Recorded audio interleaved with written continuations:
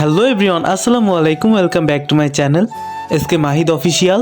গ্রামে যাদের বাড়ি তাদের বাড়িতে কম বেশি 2-5টা করে হাঁস সবার বাড়িতে থাকে, কিন্তু যারা বাণিজ্যিকভাবে হাঁস পোষেন তারা কিন্তু একসঙ্গে অনেকগুলো হাঁস পালন করেন। তো এমন একটা বাণিজ্যিক খামারকে ঘিরে আজকে আমার ভিডিও। খামারে যে সমস্ত শ্রমিকরা কাজ করেন তাদের কাছ থেকে জানতে পারলাম একসঙ্গে 10,000 হাঁস একসঙ্গে পালন করা হয়েছে এখানে।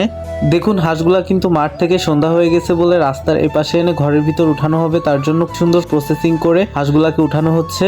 হাঁসের খামারটা কিন্তু আমার বাড়ি থেকে বেশি একটা দূরে না। লেখাপড়া এবং কর্মব্যস্ততায় আগে কখনো আমার এখানে যাওয়া হয়নি, এটা কিন্তু আমি প্রথমবার গিয়েছিলাম। ভাবলাম আপনাদের জন্য একটু ভিডিও করে শেয়ার করি। দেখেন হাঁসগুলা কত সুন্দর করে পার হচ্ছে লাইন বাই লাইন।